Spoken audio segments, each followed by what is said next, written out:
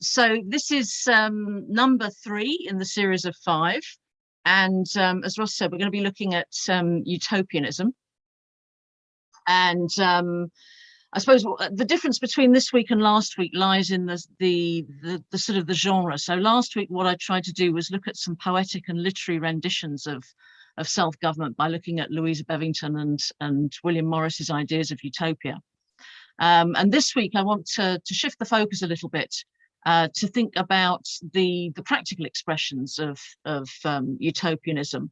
And together, hopefully, these 2 sessions will provide a kind of a backdrop for then thinking about how we think about abolition and the moves to self-government, which I'm going to look at in the next 2 sessions, one in relation to the family and the second in relation to prisons.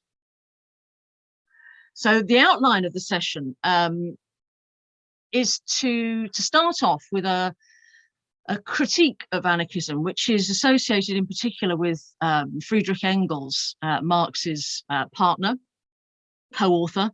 And it comes from, there's a particular text called Socialism, Utopian and Scientific, which lays the groundwork, if you will, for an anarchist critique, or a Marxist critique of anarchist utopianism, I should say. So I'm going to say something about that and the way in which the Marxist concept of utopianism was sort of weaponized or politicized in order to undermine anarchist thinking. I'm then going to spend some time, which is probably the bulk of the session, looking at 3 anarchist responses to this critique. One is made by Gustav Landauer, the second is by Kropotkin, and the third one is by one of Kropotkin's friends called Chakashvili. So we're going to look at those responses, and which are implicitly defenses of utopianism. And then the last part of the session, I want to think about the way in which anarchist utopianism has become embedded, if you will, in post-war anarchism, particularly in the work of people like Paul Goodman and Colin Ward. So if I start off with Engels. So Engels' book, Socialism, Utopian and Scientific, was published in 1880. It came from a larger work which was published shortly before that. And it's not directed sort of explicitly or in particular against anarchists. What the book tried to do was to outline the distinctiveness of Marxism and the way in which, or the contribution that Marx had made to socialist thinking. So what Engels does, one of the things that he does, is to trace an evolution of socialist thought from the early 19th century in order to show the shift from what is called utopian socialism, and that's a term that's used in the Communist Manifesto, which was written much earlier, it was written in 1848, the shift from utopian socialism to scientific socialism, so from early socialism to Marxist socialism. And it broadly traces or argues that this shift can be encapsulated in the move from utopianism to science, or from the idea that socialism is a kind of a subjective preference that people ought to prefer to capitalism and individualism, and in science it becomes objective analysis. So the little quote here is, or the extract is, sort of encapsulates some of the ideas that, or the nub of the argument in Socialism, Utopian and Scientific, which is to distinguish these 2 groups of socialists, early 19th century socialists and then Marxists. And he says, the utopian's mode of thought has for a long time governed the socialist ideas of the 19th century. Until very recently, all French and English socialists did homage to it, so to this early body of 19th century thought. To all these, socialism is the expression of absolute truth, reason and justice, and has only to be discovered to conquer all the world by virtue of its own power. So we only have to sort of find an ideal, and that's enough. That's all we have to do. From this, nothing could come, he says, but a kind of eclectic average socialism, a mishmash allowing of the most manifold shades of opinion, a mishmash of such critical statements, economic theories, pictures of future society by the founders of different sects as excite a minimum of opposition. To make a science of socialism, it first had to be placed upon a real basis. So What Engels is trying to say is that what existed before was all well and good. It was very influential. It's quite inspirational, but it's not going to help us transform the world. What we need to do is to put socialism on a scientific basis. So just before we go on to his sort of appreciation of Marx in doing this, I just wanted to point out or say something about who the utopians were, who he had in mind. And there are three main people that Engels puts together into this camp of utopian socialists. The first is Charles Fourier, the second is Henri de Saint-Simon, and the third is Robert Owen. And they're all active around the same time, the late 18th and early 19th century. But there's not an awful lot that they have in common. Fourier is someone, not uncoincidentally actually, he's born in Besançon, which is later where Proudhon starts thinking about anarchism, and he reads a lot of Fourier. Fourier is someone who recommends the establishment of ideal societies by subscription. He has a kind of a psychology of socialism, which forms the basis of an argument about a perfect society which is populated by selected psychological types who will harmonize together. He's interesting because he's very pro-feminist. And he's someone who thought, I suppose, that it would be possible to bring socialism to being through experimentation. And in that sense, I suppose there is a similarity between him and Robert Owen. Robert Owen is active around the same time, but in the UK. Robert Owen is initially a social reformer who sets up an ideal society or cooperative in New Lanark in the Borders. And he's someone who champions the idea of socialism as the answer to individualism. So socialism is the ideology of the social, to bring people together in productive and rich relationships rather than separate them through competition. And Saint-Simon is I suppose the sort of a slight outlier. His schemes not only fail to take off, but he's also someone who's much more, he's normally sort of thought of as a kind of technocrat, someone who thinks the future or associates the future with what he calls in the industrial society, in which he wants to empower workers who he thinks have been unreasonably excluded from the benefits of production. So these are the people who Engels has in mind as the utopian socialists.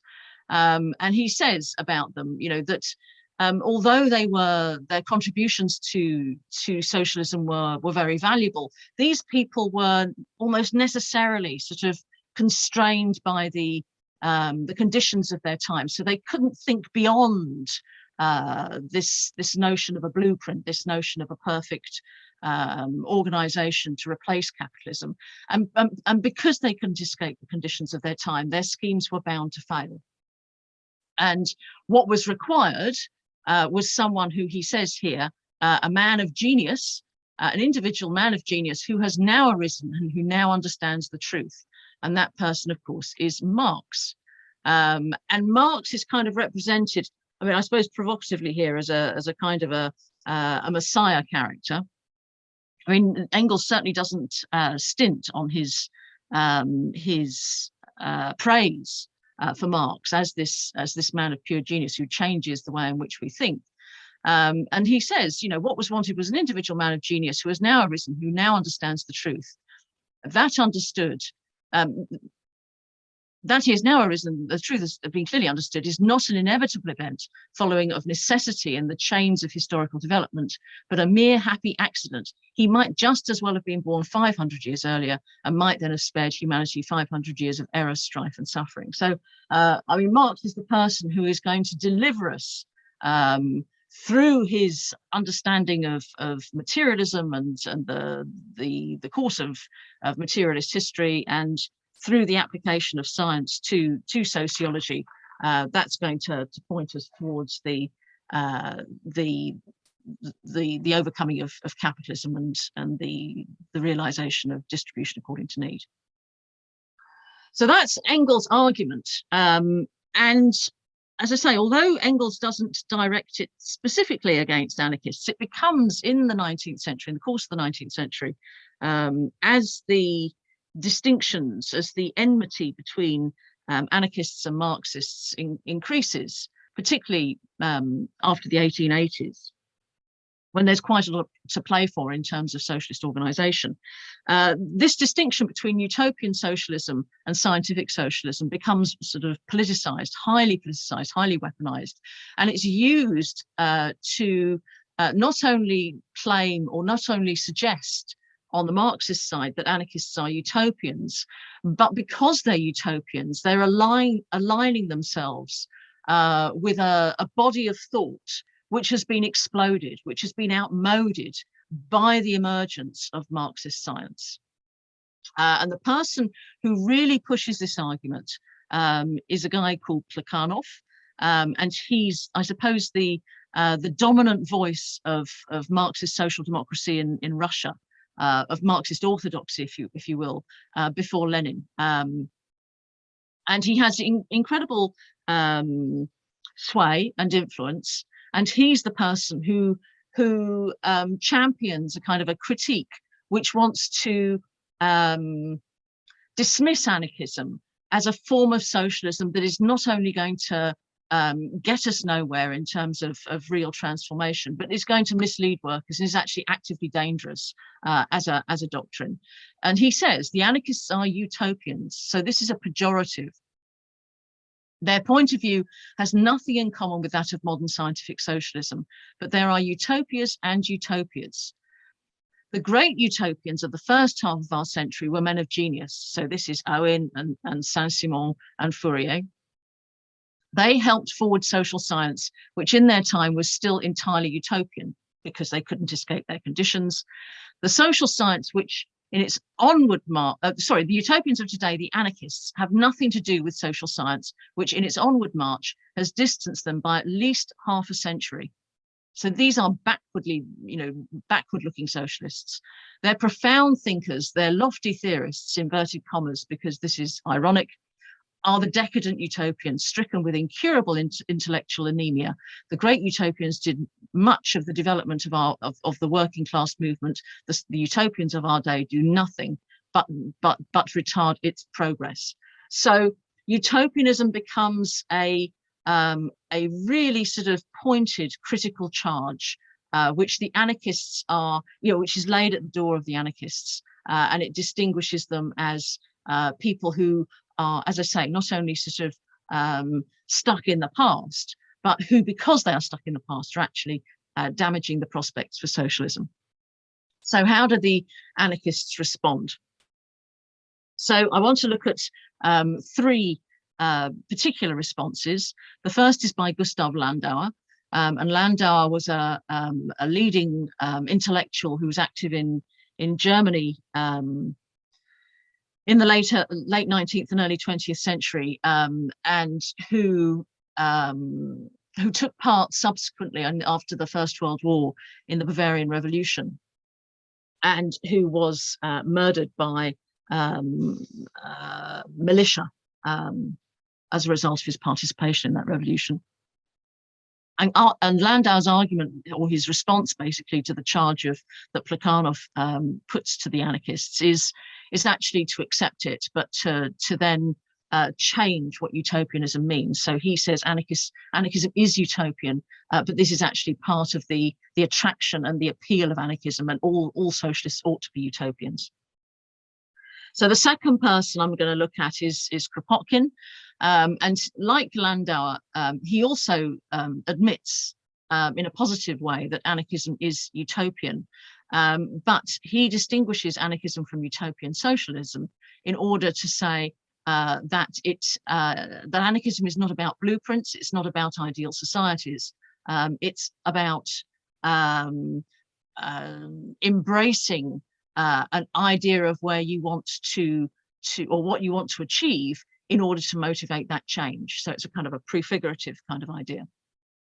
And the third person is one of Kropotkin's friends, who's a Georgian anarchist, Cherkasvili or Cherkasov, And his counter to the Marxist critique is to, rather than think about, I mean, he does defend anarchism as utopian, but he also raises a counterattack on the Marxists and basically says, your science is not science. And I'm not going to accept it in any way as scientific. It's actually something much more sinister, wrapped up in the label of science to try and give it credibility. So I'm going to look at those critiques in a bit more detail in turn, and we'll start with Landauer. So Landauer's argument, I mean, he writes a really, I think, a really brilliant book called For Socialism in the early 20th century, which is a blistering attack on Marx and a blistering attack on the idea of socialism as a science. And so the quotes in the little boxes here, the anarchists reject the fatalistic and Jesuitical doctrine of Marx. I mean, that gives you a flavour of the argument. Basically, one of the things that Landauer wants to say in For Socialism is that what Marxism gives us is something which is not only deterministic, but in its determinism, it presents under the guise of science an image of an ideal society which is actually deeply troubling and deeply dystopian. Marx gives us he crushes our capacity to think about what it is that we want. He tells us that what's going to happen is going to happen out of necessity, independent of our will. So he takes dreaming and hope out of socialism and packages it as a science, which is, but from Landauer's point of view, is actually going to not only disincentivize people but also disempower them and make them sort of fatalistic about the possibilities of change. What Landauer also wants to do in his critique of Marx is to rescue utopianism in a positive sense and say, actually, utopianism is about thinking about better futures, thinking about alternatives, thinking about ways of living that appear to us to be impossible, but which, if we experiment, we can make possible. So for Landauer, socialism is all about finding new ways of associating, finding new ways of new principles of community. And Landauer's argument is that anarchists have to understand that in promoting their ideas, they are a minority. They are treated with suspicion and distrust. So what anarchists can do as utopians and as experimenters is set up different ways of living, communal experiments, if you will, in order to demonstrate to people that this is entirely possible and that these experiments can be replicated. So this is a kind of an active utopianism, which by its demonstration brings about change in the here and now. And it enables Landauer also to articulate what he thinks are some practical principles, if you will, for thinking about initiating anarchist change. So at a very crucial conference in 1896, when anarchists and Marxists confront each other head on in London in the Second International, he lays out some of these principles, and he says we reject state aid. We want to spread the principles of free socialism amongst labourers and peasants. We desire that the peasants hinder proletarianization. That is, it's not desirable that everybody becomes a worker and proletarianized. Actually, what we need to do is think of ways in which we can maintain rural communities and empower them and enrich them, rather than just embrace a process of change which is going to bring misery to more people. And we do this by associating them with labourers in agricultural cooperative associations and creating organisations which might be the nuclei of a socialist society. So Landauer's message again is that, you know, we can start building anarchist cooperatives and anarchist associations through our actual practice. And this is what he recommends. So against the charge, I mean, the other thing that Landau wants to say, and it's he makes this claim in again, a really brilliant but quite dense essay called On Revolution. One of the things that Landau wants to say about these practical experiments is that although we can call them utopias, they're very different from the kinds of utopia that Marxists claim anarchists embrace, in the sense that they're neither perfect societies nor are they static. So this is not what Landau's trying to do in his experimentation is not say, this is the silver bullet and you just do, these 5 things and you end up in the perfect society. Landau gives us a notion of utopian change, which is a dynamic. So he says for every utopia A, there is a topia A, and for every utopia B, there is a topia B. So the idea behind Landau's thinking is that history is driven forward actually by the formulation of utopian ideas, which are always going to be disappointed. What we have in our heads is never going to be realized perfectly in practice. So what happens in practice is that we then dream up new utopias. And it's through this dreaming and through this practical experimentation that we change history in a particular direction, that we avoid sort of randomness, if you will, but we also give expression to the things that we think are valuable and to the things that we want to enhance and bring to life. So utopianism is actually a process of change which never stops, and it's all about community building. And in that sense, Landau says anarchists are utopians. So if we move on to Kropotkin, I think a lot of what Kropotkin has to say about utopianism is actually very similar to Landau, but the tone is very different.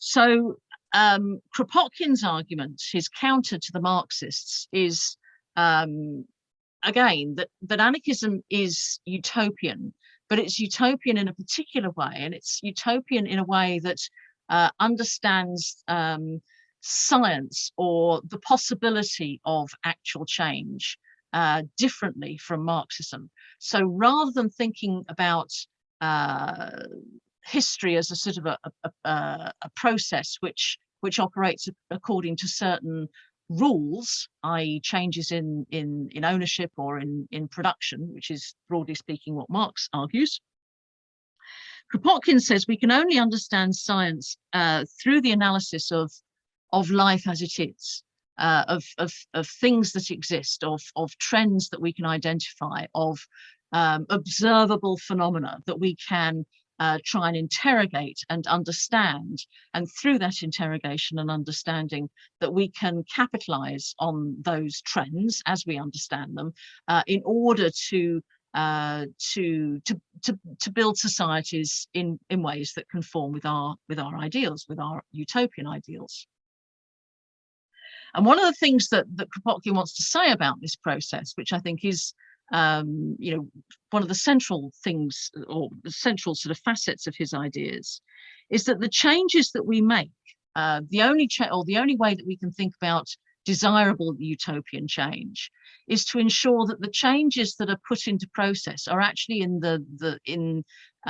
controllable or manageable by ordinary people. So they have to be anarchist utopianism has to fall within the sphere of something like ordinary capability, if you like. It has to be something that we can do ourselves. And thinking about that idea, Kropotkin wants to disabuse us of thinking that we're always reliant on particular individuals of particular talent or expertise in order to make changes on our behalf. And what he has to say about that is that all social change, all great invention, all innovation is always the result of collective endeavour. And to illustrate this, he gives a talk in Aberdeen, and he starts talking about the construction of the Forth Bridge, which was new at the time. And the argument that he wants to make is that the Forth Bridge, although it looks as if it was an achievement of one engineer, actually relied on all of the builders who were involved in the construction of the bridge for its success. So this is an analogy for the development of anarchist utopianism through social change. I mean, it takes all of us to do this, and we have different kinds of capabilities and skills, but it takes all of us to do it. So he says, the engineer of the fourth bridge pointed out that the bridge was eminently a workman's bridge by reason of the cantilever system being quite new, and the workman being therefore constantly called upon to grapple with and overcome difficulties of detail, thus rendering the construction of the bridge possible and preventing many accidents. So utopian change is about bringing people together or enabling people to come together to decide what it is they want to do on the basis of the things they can actually control themselves and manage themselves. If they can't do it themselves, then it shouldn't be handed over to somebody else. So there's a kind of a do-it-yourself ethics which underpins Kropotkin's utopianism.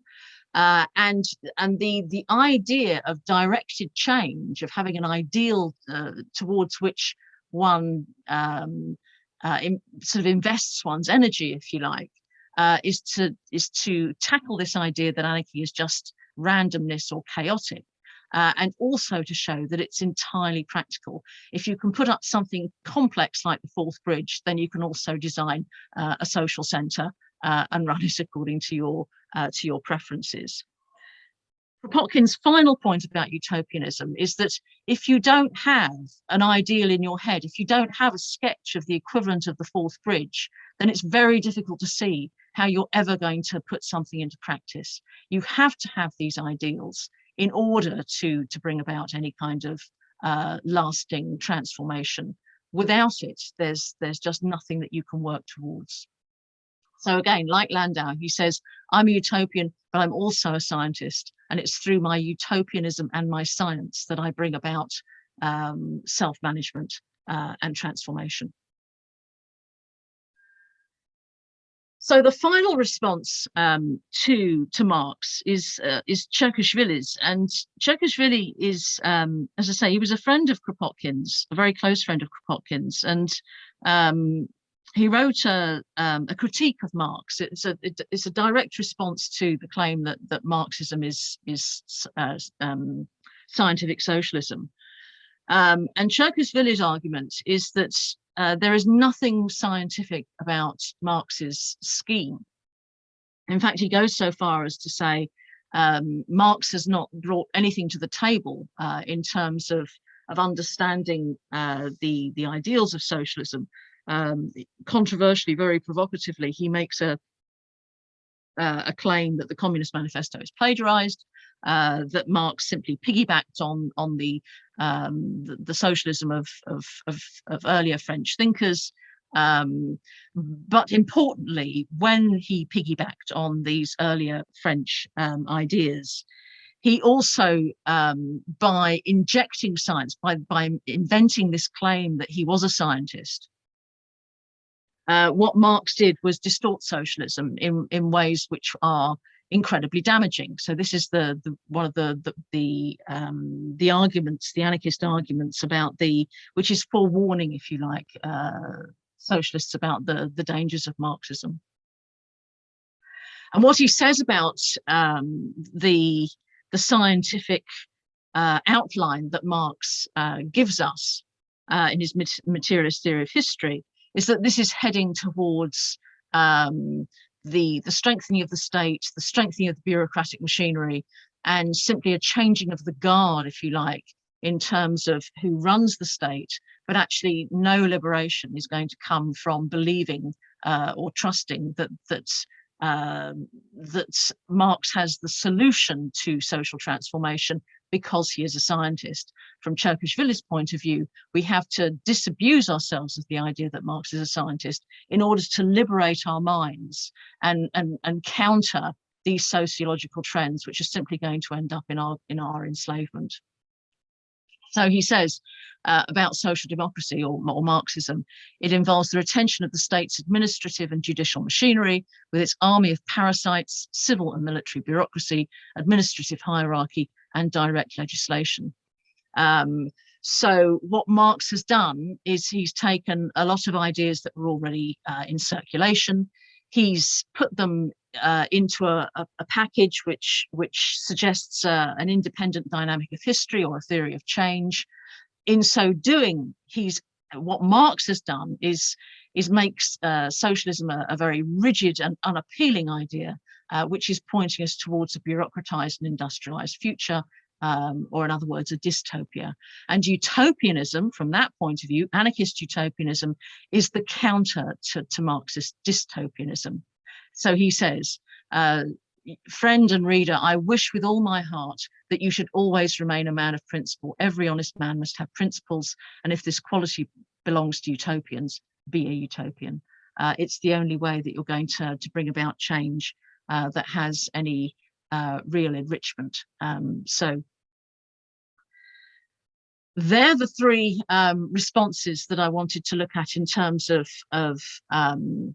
the critique, the Marxist critique of anarchist utopianism.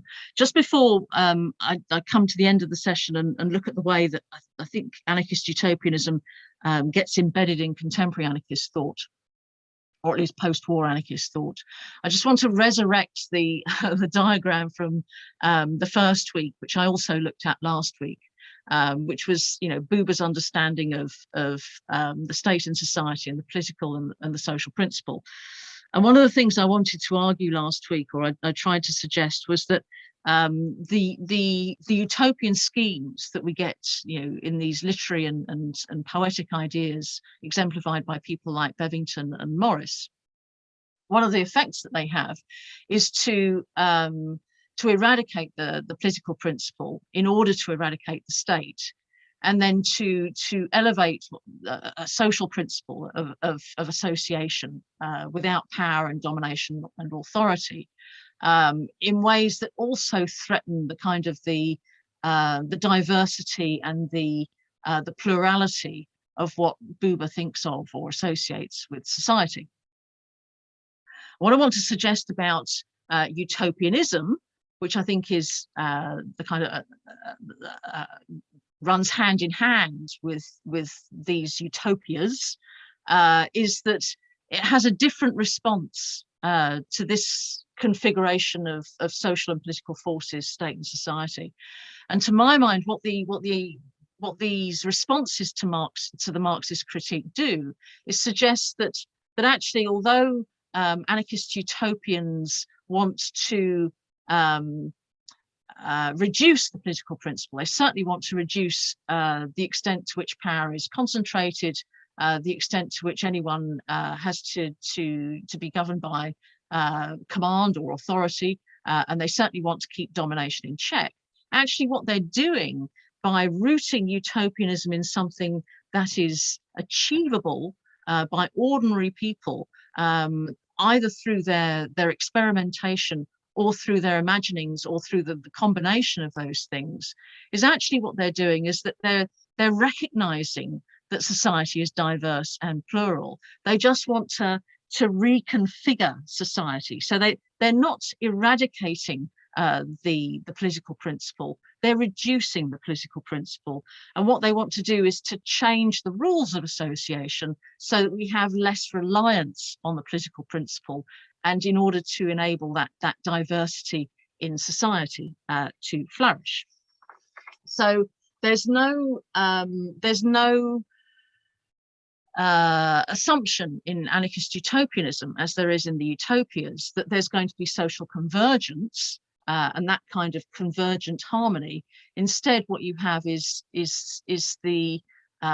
different approach to resolving tensions and conflicts that are embedded within the social sphere. And the three ingredients I've got here, Kropotkin's ordinary capability, Landauer's understanding that our aspirations are always going to be dashed to a degree, and that becomes the springboard for a new set of aspirations and ideals. And in this way, we can think prefiguratively about the ways in which the actions that we take today and the ways in which we think today, however successful or unsuccessful they may be, still open new avenues for what can happen in the future. And that's what utopianism in anarchism, I think, is about. So just to round off, I wanted to say a little bit about the ways in which I think anarchist utopianism is taken up in contemporary thinking or post-war thinking. And I've got one slide about Paul Goodman and another name check, I guess, for Colin Ward, who I think, and both of these people, Paul Goodman and Colin Ward, are utopians in the mold of people like Landau, Kropotkin, and Cherkishvili. So they're people who are who understand politics in a deeply practical way. They're experimenters, but they're also people who want to inject anarchism with a sense of dreaming or hope, I think. So the book that I'm thinking of for Goodman, I mean, Goodman states 1911 to 1972. He was discovered, I suppose, or in the 60s. He was an academic and critic initially of American urbanism and sort of white goods consumerism. He saw America, post-war America, actually as a dystopian, dysfunctional society, breeding delinquency and disaffection and alienation. And in his early life, he had written a book which was rediscovered, I suppose, in the 60s. And it was written originally in 1947. It's called Communitas. And it includes, at the end of the book, it includes a sort of a section on utopias. And in it, he imagines, or he outlines three models of society. The first is called the city of efficient consumption. The second is called the new community. And the third one is called planned society with minimum regulation. And in many ways, these are like ideal types. So he's not trying to recommend particularly any of these. He's trying to articulate what they look like. I mean, he says that his preference is actually for the second one, for new community. But as I say, these are not, he's not sort of modeling these societies in order to say we can do this. What he's trying to do is to model societies in order to tease out what he considers to be their dominant values and norms, and the likely implications for social and economic arrangements within them, to force us, if you like, to think about the kinds of preferences we have and the ways in which those preferences flesh out in some kind of social system. Now, the first of the models, the city of efficient consumption, is like society as a shopping mall. And it promises, I mean, it is the kind of the American dream. It promises, it's a consumer society which promises great material abundance. The new community is much more like an arts and crafts society, where very much in the vein of Morris, that work and leisure become, or the gap between work and leisure becomes diminished because work is a pleasurable activity. We have less to consume, but we enjoy our production more. And then there's the final society, which is a society which is a kind of a subsistence society, and the chief benefit of it is that it has very little regulation. And what he wants to do, as I say, is to present these models not as possible as choices for us, but in order to get us to think about what it is we want from our activity and how it is we should be directing our energies. So he says we present these alternative models of value choices with regard to technology, surplus, and the relation of means to ends. And we ask what each formula gives us in economics, politics, education, domestic standards, popular and high culture, and other functions of the community. Because they're ideal types, he thinks in the end that actually, although they help us sort of focus our ideas or focus our wants, that in the end, none of them is likely ever to become a fixed model. And he says people, in fact, want a mix of all three. And so the important thing about communitas and thinking in terms of utopias is to think about the balances we want and to think about the sort of the trade-offs that are involved in thinking about our politics or our social arrangements. And his preference, which is the significance of the diagram, the means and ends diagram, is to say, you know, for him, the best way of life is the way which simplifies the relationship between means and ends, where everything can be brought into human control, which is why in the end I think he thinks of himself as an anarchist, and why he wants to promote the kinds of ideals that would be associated with new community, with aesthetic living, if you like, because he thinks that the simplification allows us to enjoy human relationships in ways that these other kinds of society don't allow us to do. They give us great abundance, or they give us degrees of freedom, but they don't bring us into association with each other in ways that he considers to be valuable. The other benefit, I think, of Goodman's work is that thinking about this kind of modelling also gives him a really strong sort of critical purchase, I think, on the, as he would see it, the dystopia of consumer capitalism. So the second way I think that anarchist utopianism is embedded in contemporary or modern anarchist thought is in the work of people like Colin Ward. And I mean, Ward actually wrote a book on utopias, which, I mean, it took me a long time to realize it was written for children. I picked it up and had no idea it was written for children, but it's a really brilliant book. And he talks about utopias, and he's someone who in that book clearly distinguishes himself as a writer who embraces plurality, who clearly wants to avoid imposing his understanding of the good or the good life on anybody else. And who, I mean, the opening of the book, I think, starts off with the idea that, you know, everybody has a utopia and everybody's utopia is different. So that the problem of utopia and the value of utopia is in understanding where those differences of aspiration lie, and in talking to each other about our aspirations, so that we don't impose our ideals on each other without any kind of dialogue or discussion, but we do think in terms of our aspirations and what may be collectively shared.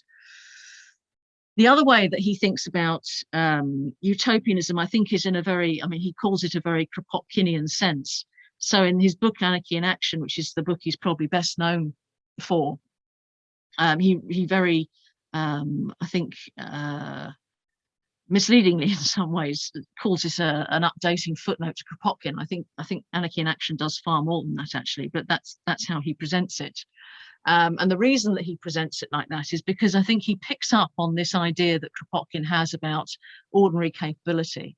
And what Ward wants to say is that we can think about, I mean, unlike Kropotkin, I think, rather than understand ordinary capability as a way of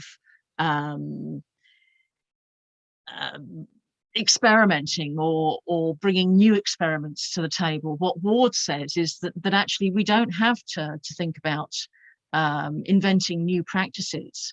What we can do through the lens of anarchist utopianism is understand that the kinds of practice that we want to embrace in society, that diverse multiplicity of activity and those forms of association that are valuable to us, they already exist.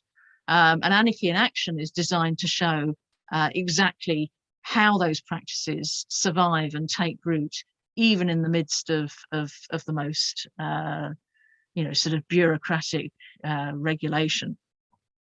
So he says, many years of attempting to be an anarchist propagandist have convinced me that we win over our fellow citizens to anarchist ideas precisely by drawing upon the common experience of the informal, transient, self-organizing networks of relationships that in fact make the human community possible, rather than through the rejection of existing society as a whole in favor of some future society where some different kind of humanity will live in perfect harmony. So I think, what Ward is pointing to here is, however much we might, love reading News from Nowhere or Common Sense Country, that's not going to be, it's not those utopias that are going to persuade people that self-government is a real possibility, that anarchist self-government is a possibility. What's going to persuade people is examples of existing practice which demonstrate how self-government operates in reality in everyday life. So, his Anarchy in Action is I suppose, to the extent that Ward was right to think of it as an updating footnote to Kropotkin. It's an example, or it extends the kinds of discussion that Kropotkin gives us in the last 2 chapters of Mutual Aid, where he talks about mutual aid amongst ourselves, and he talks about things like the Lifeboat Association and sports societies and scientific communities, all of which network and emerge and sustain themselves without any kind of central authority. So to conclude, as I say, these 2 sessions have really been kind of setups to then think about, well, how can we think about abolition in a different way? And what I've wanted to try and do is to suggest there are 2 ways of approaching this concept of abolition, and we can think of them both in terms of the relationship to utopianism. So one way of thinking about what anarchy entails as a destructive act, if you like, is to think about the ideal things, the ideal arrangements that replace it, and they are the utopias. They are these imaginary societies that are conjured through the imagination, of which News from Nowhere and Common Sense Country are exemplars. So that's the way to think about utopia, is the beautiful idea. This is a better alternative. But the other way of thinking about utopia is to think of it as a practice of utopianism, which involves the transformation of our existing arrangements through our everyday practices, which are shaped by our aspirations and ideals, and which free us from thinking about the necessity or the inevitability of the regulatory regimes that we currently face. And for me, I think these are not alternatives, utopia and utopianism. I think they exist in a balance, and I think both of them are actually really core to the way that anarchism operates. So I've got the reading there. I'll leave it there. I'll stop sharing the screen.